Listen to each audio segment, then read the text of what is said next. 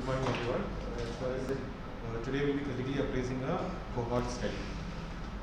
So this is a clinical question which we'll be going into. So a 72-year-old man with diabetes and hypertension has come for a routine checkup. He lives alone and has now been brought for a checkup by his children who are visiting from abroad. On examination, his BMI is 18 and there is generalized wasting. Assisting the examination is unremarkable. So the son has read online about a new test for renal function called cystatin and is asking whether we can prescribe the test. As his physician, would you consider sending the test cystatin for checking his renal function? So to answer this question, we look into literature and we find this study. So this is published in the Annals of Internal Medicine. So about the association of a low GFR with adverse outcomes in an older age group in a population routinely measured cystatin C. So we'll be critically appraising this study.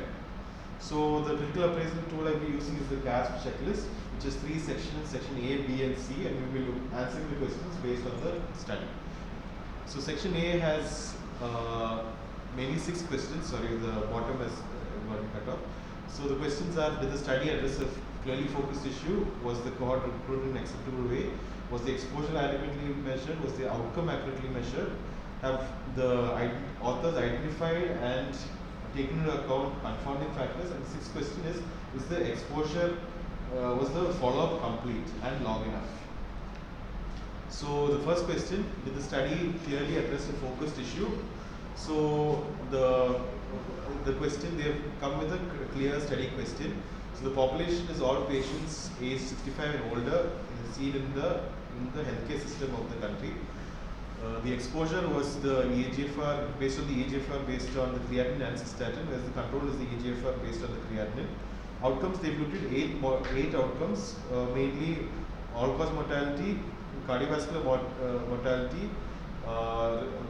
kidney failure requiring renal replacement therapy, and hospitalizations. There are 3 different hospitalizations, and also acute kidney injury is also considered. The time period of follow-up, the mean time period of follow-up was 3.9 years with the interquartile age of 2 to 6.2 years.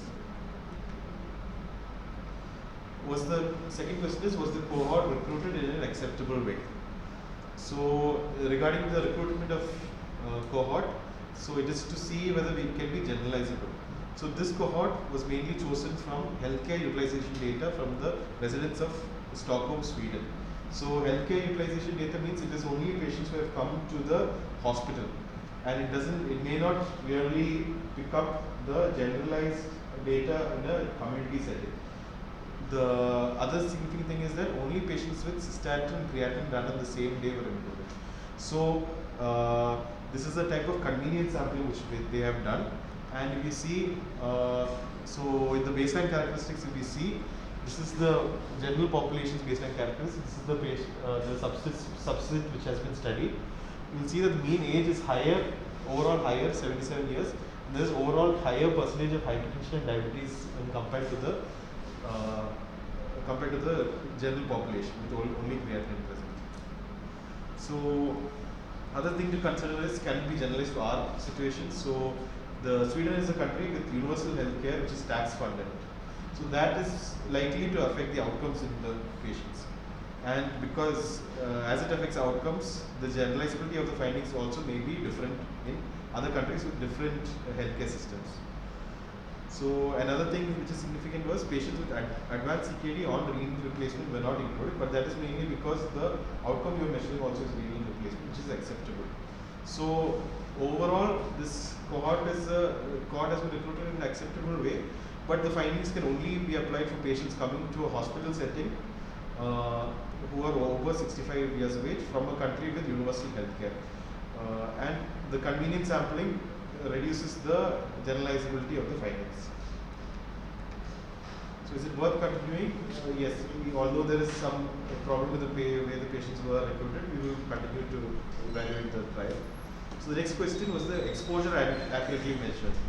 So for that, we need to see if they've looked for subjective or objective measurements. They have the measurements been validated, and were all subjects treated with the same procedure. So for the exposure measurement, they have used standardized laboratory methods for measurement of creatinine and cystatin C, and the assays were monitored internally and externally. The GFR was calculated using the CKD-EPI equations, which have been validated. And all patients had both eGFR for creatinine and eGFR for creatinine and cystatin. So which means the exposure was measured accurately. Next, going into the outcome measurement, was the outcome measured accurately to minimize bias? So these are the things we look for. Did they use subjective or objective measurements? Did the measurements truly reflect what we wanted them to? Was a reliable system being used to detect all cases? Were the measurements methods similar in the different groups? And was there blinding done? So the outcomes done looked at were these. These are the 8 outcomes mainly they looked at, out of which 4 of these highlighted in red have some possibility of it can be considered to be a soft outcome, because hospitalization, the indication for hospitalization can differ from patient person to person. And all these outcomes were assessed from the registry data based on the discharge, the diagnosis at discharge, and ICD codes were used for the assessing the outcome. So if diagnosis wasn't mentioned, it would have been missed. So for the last outcome, which is acute kidney injury, there is a possibility that when the assessors were assessing the outcome, if when the patient was treated, if the API was not mentioned, it would have been missed during the assessment. So we have some objective outcomes. It has been looked for in a systematic manner. However, there is a small chance that some relevant outcomes were missed. So by and large, we can say the outcomes were measured accurately. So the 5th question is about confounders. So there are 2 parts, A and B. So A is have the authors identified confounders. So the confounders the authors have considered are age, sex, hypertension, diabetes, cardiovascular disease, antihypertensive use, and cholesterol levels, and urine albumin creatinine ratio. So here, other than the antihypertensive medication use and the total cholesterol use, everything else was used for the death. Confounders are used for the death outcome. For cardiovascular outcomes and hospitalization, antihypertensive and cholesterol ratios were used. Other confounders which I considered important was diabetic medication use, exposure to nephrotoxic agents. This is done in elderly population, so performance scores and frailty levels also will affect the outcomes in a major way. So that have not been addressed in the study. The second part of the 5th question is regarding whether they've taken account of the confounding factors in the design and analysis. So in the analysis, the confounders were adjusted for, Cox regression models were used, and the stratified analysis were done for age, sex, cardiovascular disease, presence of diabetes, and UACR to assess consistency of associations. So they have taken account of, although few confounding factors were not identified, whatever they identified has been taken care of. So 6th question is, was the follow-up of the subjects complete enough? So what they have done is they have looked at the registry data and looked at the follow-up of looked at the outcomes. The mean period of follow-up of 3.9 years with an interquartile between 2 to 6.2 years gives a clue to the completeness of follow-up. The study data is available from 2006 to 2019. Study mainly as patients from 2010 to 2019. We would expect a longer period of follow-up if they are all followed up. So although from the textual study we can't tell, there is a high chance that a lot of patient outcomes have been missed. Also, regarding the time period of follow-up, I feel our average here is 3.9 years. The follow-up of the estimated lifespan of a patient with early CKD is about 10 years in the West. So we could have considered a longer follow-up is what I felt.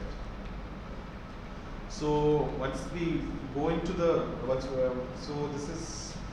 once we finish the first part, then we can go into the results. So regarding the study, as of now, this is a study which has been done in a fairly reasonable manner.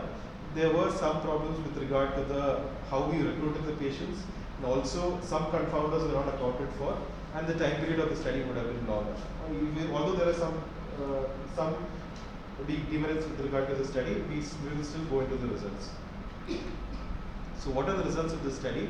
So we will look into the results with regard to the hazard ratios we will look at, and we will look at the strength of association we will see. So this is a big table which is mainly showing the hazard rate ratios between comparing them between the EGFR versus the outcome. So we will just look at one outcome for simplicity's sake. For all patients, we will look at. So for all patients, we will look at all-cause mortality. Okay. So what has been done is creatinine, EGFR with creatinine has been compared. So with 80 for outcomes of patients at 80 EGFR of creatinine has been compared with outcomes at 60, 45 and 30. The same for EGFR with creatinine cystatin combination for 80 and EGFR for cystatin creatinine combination of and for cystatin alone. So we see that the hazard ratios increase with the decrease in creatinine, which is seen across the board. It is also seen that with EGFR of cystatin alone, there is a higher hazard ratio when compared to the EGFR with creatinine alone. And yeah, that is what we mainly wanted to show. Also, the confidence intervals are fairly narrow, which we can see. So we will just look at the main outcome as of now, the top outcome of all-cause mortality. And they have also plotted the hazard ratio with a decrease to see the trend in GFR. So trend in GFR versus hazard ratio. So here we can see that the solid line is the line for EGFR using creatinine alone, which is what we use. In a lower EGFR region and a higher EGFR region, the hazard ratios are higher for all-cause mortality. Whereas if you compare using cystatin or cystatin and creatinine combination, the EGFR is a fairly linear association is seen. So another thing to be what this is showing is that the creatinine, the cystatin and cystatin creatinine ratio may combined EGFR is more beneficial, has a better association with the all-cause mortality when compared to the EGFR with creatinine alone. So going into the precision of the results, we have seen earlier that the results are fairly precise with narrow confidence intervals, and this is likely due to the large sample size. So the ninth question is, do you believe the results? So regarding this study, there is a fair risk of bias in this study, which we have already gone into, and the confounders which are identified have been adjusted for, although a few more could have been added. The results are biologically plausible. So section C is will the results help locally? So the 10th question is, can the results be applied to a local population? Since the comparison of outcomes is based of exposures based on two different measures is done on the same population, for this question a cohort study is appropriate.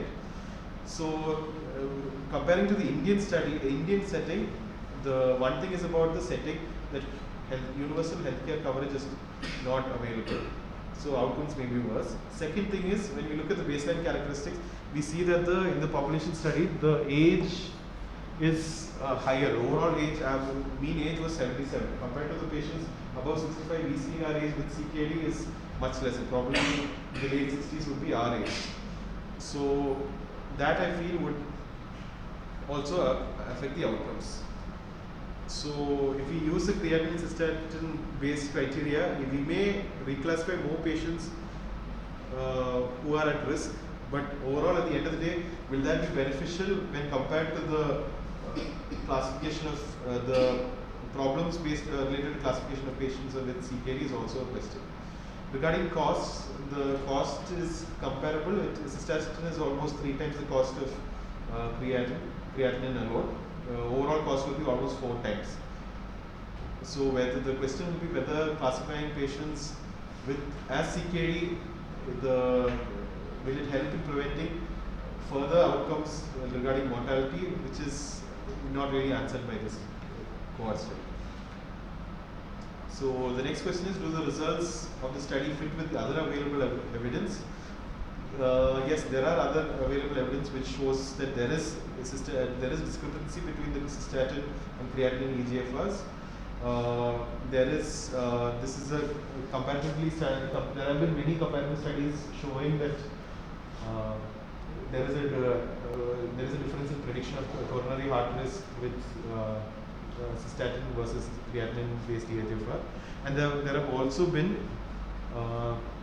systematic reviews done which also confirm a similar result. So what are the implications of this study for practice? So this is a derivational cohort which has looked at the association between EGFR with cystatin and mortality, and this can be used to come up with an equation to predict mortality based on the cystatin EGFR. So that shows that there is some benefit in using cystatin as a marker for renal function in order to prognosticate the disease. However, in order to validate this association which we have found, the same equation will have to be used in another cohort, and we'll have to be able to predict accurately the mortality and other outcomes which have been considered. So to use the outcome of this study, we will actually require a validation cohort which has not been done. So coming back to our clinical question, in a 72-year-old with diabetes and hypertension who's come for a checkup, the man has a low BMI, so his and generalized wasting is noted. So based on this study, I would not change the practice of using creatinine to prognosticate renal outcomes.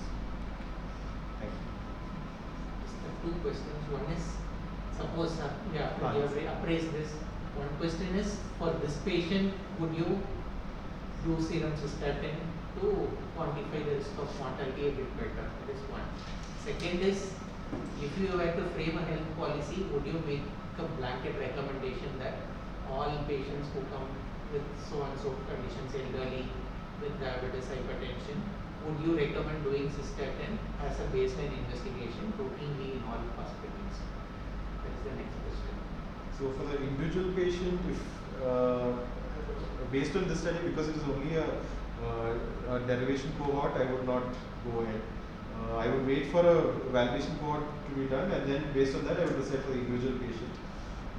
The same for a larger study, a larger group of people also, because we have an at-risk population which is not identified by the creatinine alone, but we are not sure if the cystatin has a clear relation with mortality and other hard outcomes. So I would wait for a validation cohort before using cystatin for the general public also. Thank you, Thomas. Just round of applause.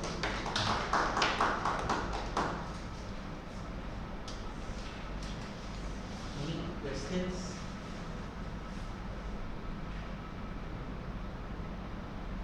If not, I'll just briefly touch upon just a few things which we have just discussed, which Thomas has already discussed, but just to highlight it a little bit more. So I said about cohort studies. So there are two types of cohort studies. One is you can either have a fixed cohort. Say for example, if my hypothesis is coffee drinking registrars do well at the end of 3 years. Suppose that is my hypothesis. What I can do is I can recruit all the new registrars who were admitted into any of the courses in 2024. And then follow and find out how many of them were exposed to coffee, how many were not exposed to coffee, and then finally I have something or some criteria for success. Say thesis submitted or published, accepted, and not accepted. These are the two outcomes. So I have a group of registrars who joined in 2024, and at 2027 I have the outcome assessed for all of them. So the same group of participants who were here continue till here, unless somebody, because of undue torture in medical wards, they decide to discontinue and go and wants to follow up. Otherwise, you have a fixed cohort who are there throughout the study. But whereas in the study that you have Thomas also mentioned. It's not that all of them were recruited at the same time point. So it varied from 2005 to 2019, 2018 I think. Yes, 2018. So throughout these 13 years, say there would have been some 100 patients who got both cystatin and serum creatinine in 2005. There would have been another 200 in 2006. Similarly, another 300 in 2007. So it keeps going on. So every participant is getting recruited at different stages. So that will be like this. Say this is the index period 2005 and this is the end period 2019. You would have had some patients who would have started here. You would have had some patients who would have started here, some who would have started here. And not all patients would have been there till 2019. There may have been someone who might have gone out of Sweden to some other European country. Or someone would have migrated from somewhere into Sweden and then joined here. He may have completed till 2019. And someone here who would have come here and he would have lost a follow-up here, he would have lost a follow-up. So this is a dynamic cohort. At each point of time, there is someone who is getting recruited and someone who is moving out of the study. So it's always dynamic as to how many of them are remaining within the study at one point of time. So how do we account for this dynamic change? That is when you also include time also into the analysis. Say if this participant has been there for 2 years, then he is contributing for 2 years into the study. And if this participant Y is contributing for 3 years, he is contributing for 3 years into the study. So it's all calculated in the term of person years. So finally you will say that the all-cause mortality was so much per 100 person years or 1000 person years. But the drawback of using this number is that if I am going to say 50 person years, it may mean 50 people, each of them contributing 1 year. Or it may even just be 2 people, each of them contributing 25 or 25 years. That we can't say when we say person years. That is the drawback of using this numerical. But that is the way to overcome this dynamicity of a cohort. So that is what is being used again. So that's why there is also a term saying that there is a median follow-up period. So out of all these follow-up period, on a median, even though we expect someone who has been in 2005, by 2019, that person should have had 14 years of follow-up. But that has not happened because of this dynamicity. Some of them moving out, some of them joining in between. Suppose someone was recruited only in 2017, he can only have 2 years of follow-up. He can't have any more than that. So after taking into all these into account, the median duration of follow-up appears to be 6.9, which varies between 2 to some 8%. So this is what has happened, which has been the median duration of follow-up. And I was telling you about statistical analysis as of relative risk.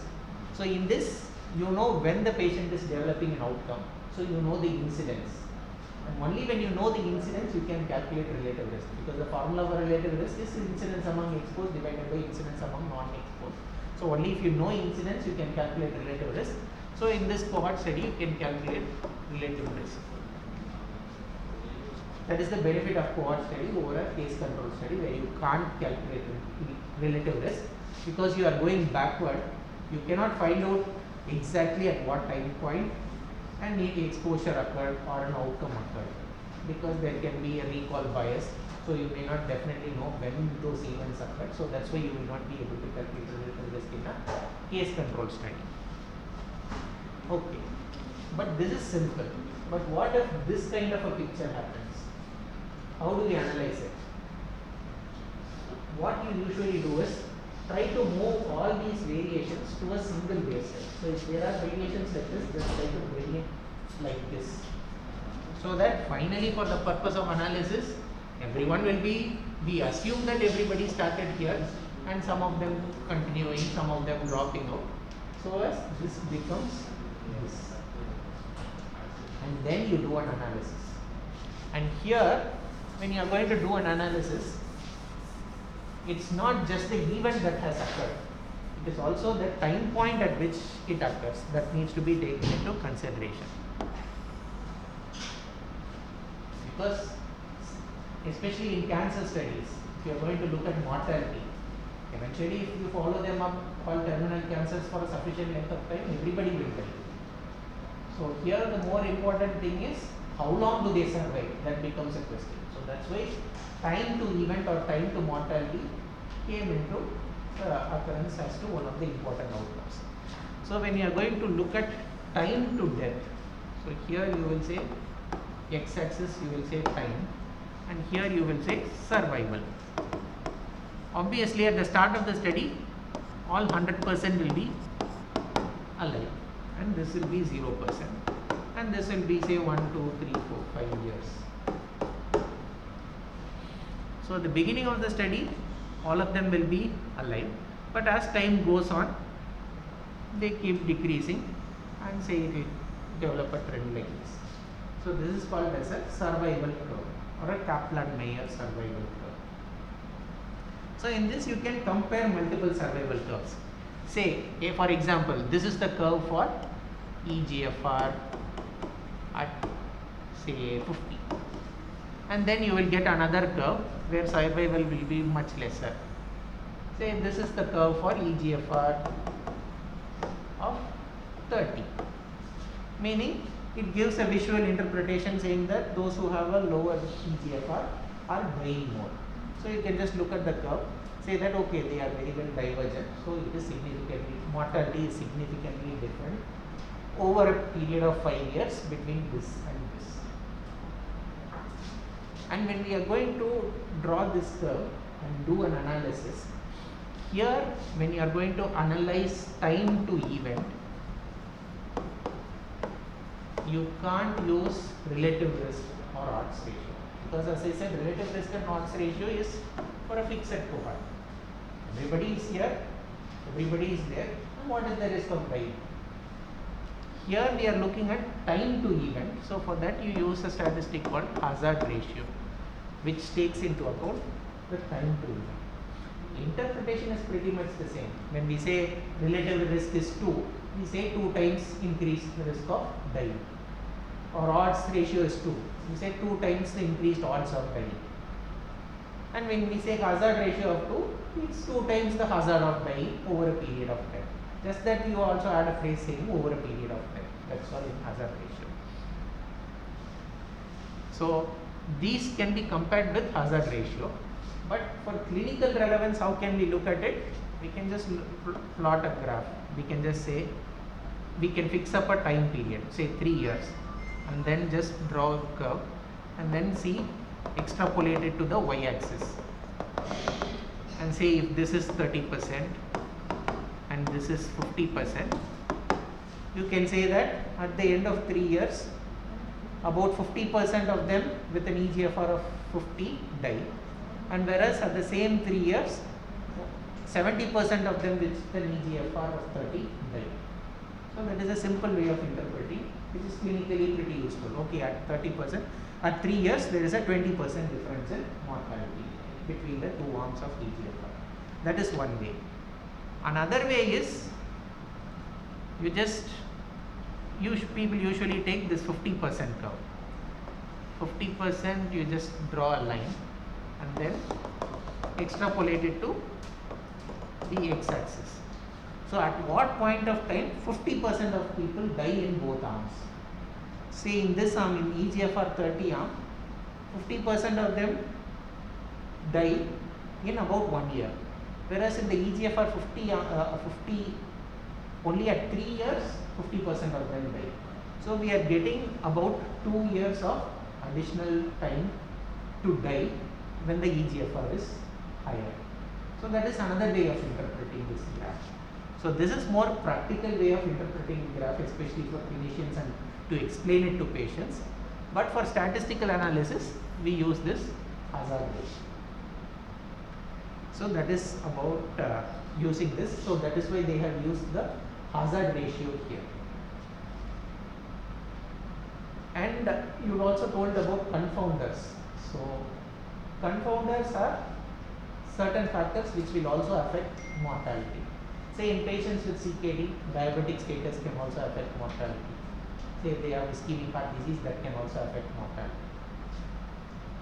So if I am going to compare these two arms, EGFR 30 arm and EGFR 50 arm, will both these arms have same amount of diabetic, same amount of ischemic heart disease? They may not, because it's a cohort study. That in this arm diabetics may be 50%, in this arm diabetics may be 30%. Similarly, here IHD may be 20%, here it may be 30%. So how to ensure that this change in the confounding factors have not affected your results? For that you have to do something called as an adjusted analysis. So adjusted analysis, there are various adjustments that can be done. So when you are doing time to survival analysis, the adjustment is called as Cox proportional hazard model. That is what has been mentioned in this paper also. They have used Cox proportional regression or Cox proportional hazard model. Meaning, you don't need to do any calculation at all. You just need to tell the software that just adjust for all these parameters, which I think will affect the outcome. And it will just adjust for it, and it will mathematically adjust. And assuming that diabetes and ischemic heart disease is equal in both arms, this is the net result of EGFR 30 and 50. That's how it will give us the answer. So it's more of a numerical mathematical calculation, which will help us to assume that other than this EGFR, all the other parameters are equal, and what is the net effect. So that is what has been mentioned in this paper regarding Cox proportional hazard. Then finally, just last couple of minutes, Thomas was telling about derivation and validation cohort. So when we have to predict survival, we usually make use of certain formula that are available to us. Say for severe sepsis, there is Apache score, or some comorbidity score called Charlson score, or for MI there are some scores. How do they make these scores? Even in here they are trying to make such a score with the new EGFR calculation technique to see if it predicts mortality. So how do they usually go through that derivation of scores? Is that they just look at a group of people with risk factors. Say if I want to look for sepsis, what I do, I just collect say around 1000 patients with sepsis, and I calculate I identify all the baseline characteristics, lab values, treatment, all details I collect, and then finally I say the outcome, whether they were dead or alive.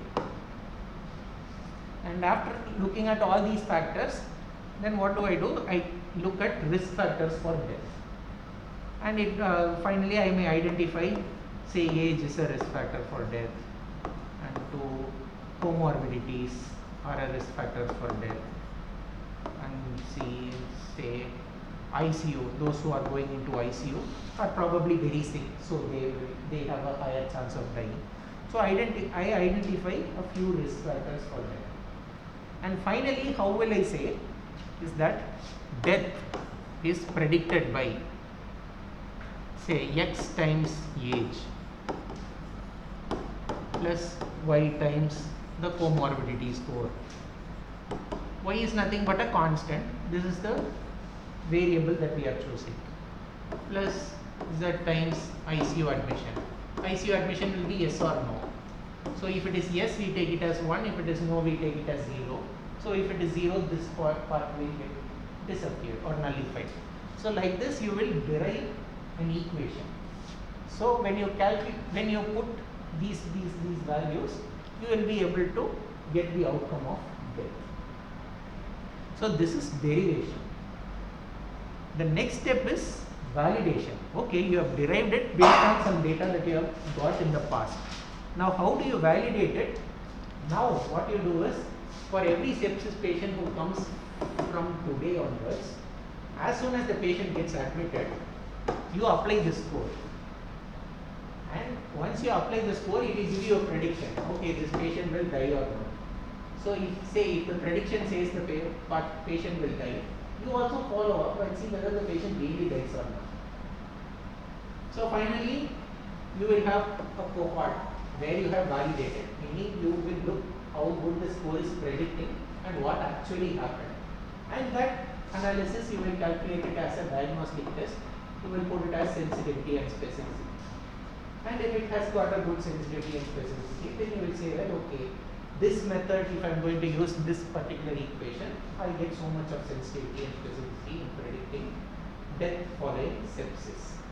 So this is validation. So in this particular study, they have derived an equation to predict mortality using this new EGFR using cystatin. But what will be the next step is they will have to ideally put it into practice to see whether it actually works in real life scenario if it has got a good sensitivity or specificity. That will be the next step. And only after that happens, we will say that okay, this appears to be a good one when compared to the previous one, and we can start implementing that in our usual practice. And that's how new scores and all come into use serially. When compared to the older scores, our new score is having better sensitivity specificity. So then you start using the newer score and then continue practice with that from then on. So that is a part. Alternatively, instead of doing a new study, what some people do is, if there are already 1,000, they will divide it into two. One as 700 and another as 300, or just as an example. And this 700, they use it as a derivation cohort. Using these 700, they identify all these risk factors and derive an equation. And for the remaining 300, they will put this equation and see if the prediction actually came true when compared to the outcome. Everything has already happened. Just that in the same cohort, they just take one part as derivation cohort and one part as validation cohort, and they just try and see this out. So this is another way. Instead of doing a new study, if there are sufficiently large number in the already done cohort study, we can do this. What will be the sample size for calculation for derivation cohort and validation cohort? The sample size is ideally for the final outcome. Say if you are going to say that this is going to be my expected hazard, like that you will use it. There is no sample size calculation, but roughly people tend to take 2/3 and 1/3. Many of the times we do it so, but I'm not good at, to be honest, I don't know the answer for this, but from what I have seen, they have used about 2/3 for derivation and the other 1/3 for validation. But if you are going to use a cohort for a derivation cohort, this number should be sufficient enough for your hypothesis for deriving this equation. That should be minimal. But how much should a validation cohort happen also will depend on how much of events have happened in this. Suppose out of 700, the number of outcome is very less, say only 5%. Then out of 300, you will expect only about 20 or 30 to be dying, which will be a very small number out of this 300 to actually calculate sensitivity and specificity very well. So the amount of sample that you will need in a validation cohort will also depend on the number of outcomes that have happened, that will have an implication on the samples. Any questions?